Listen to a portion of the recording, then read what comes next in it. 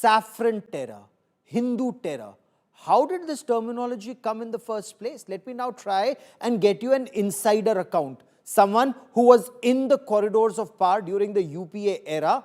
RVS Mani joins me on this broadcast. Also with me is former senior public prosecutor and member of parliament Rajya Sabha joining us on the show, Ujjwal Nikam. But let me bring in RVS Mani first into this broadcast. Mr. Mani, who was former Undersecretary in the Ministry of Home Affairs. He was there between 2006 and 10. He is also the author of the book, The Myth of Hindu Terror, Insider Account of the Ministry of Home Affairs. Mr. Mani, welcome. Sir, you were an insider in the Ministry of Home Affairs, and some affidavits on counter-terror operations, including the Ishrat Jahan case, bear your signature. Why do you say Hindu terror is a myth, and does the verdict today actually vindicate your stand, sir? Two words, Satyameva Jayate. It is enshrined in our emblem, national emblem. Today it has been validated by the courts that any baseless, evidence-starved narrative being pumped will be dismissed with the court. Okay, they may take time because of various reasons, the procedures of the court, the pressure on the court, but certainly the truth prevails, truth wins. That's what is my take on this, very simply. Okay. Mr. Mani, specifically on the aspect of Saffron Terror or Hindu terror, why, as an insider of North Block during some of the years in the UPA era, are you of the opinion that this Hindu terror is a myth? What were your impressions? How was this floated, sir? There was never any Saffron Terror. There was certainly a concerted effort. See what happened in the Samjhauta blast case. It was a very unique case where our friend RVS Mani, who executed the attack, a Pakistani organized crime syndicate head, who had been outsourced the work by the ISI, he claimed that we have done this attack, whereas the Indian government was saying, no, it is a Hindu terror, our boys have done it. So there was a difference between that. He kept on using the US media and other international sources to highlight that it was RVS Mani's gang which has done it.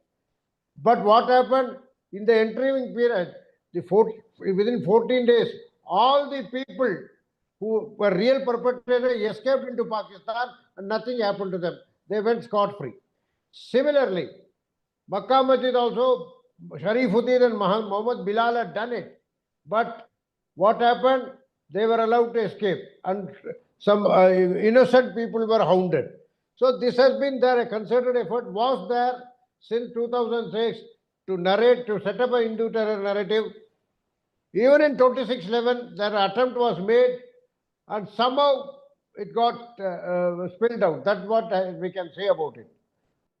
Okay. So are you saying 2006 onwards, there was a concerted effort, but by whom? This Saffron Terror theory, are you saying it was deliberately floated with no evidence on ground, sir?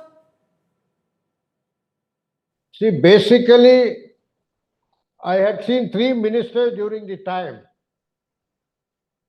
Two ministers, basically, Mr. Shivraj Patil, I have written in my book also, was very, very unattached, uninvolved, not very really involved.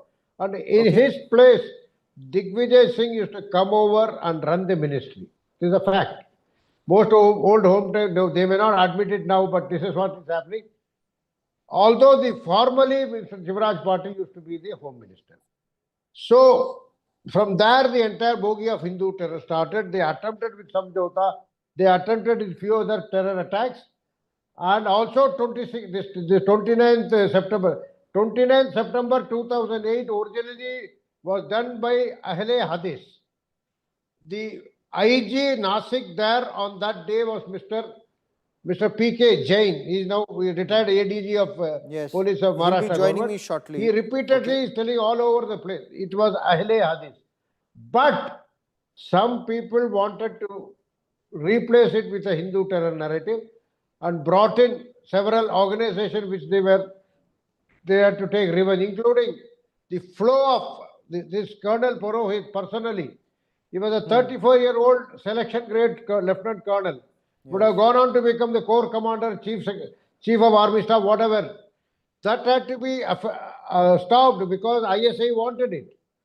I am on record as having said that 2611 and was a fixed match between ISI and INC. There are several others, including fake currency trafficking and so many things. So it was all planned. There was a system within the system in the government, the political system, which were in cahoots with Pakistan and trying to send up this, they replace Islamic terror, counter Islamic terror with Hindu terror narrative. No, sir, but that's a very grave charge to level. On what basis are you saying it?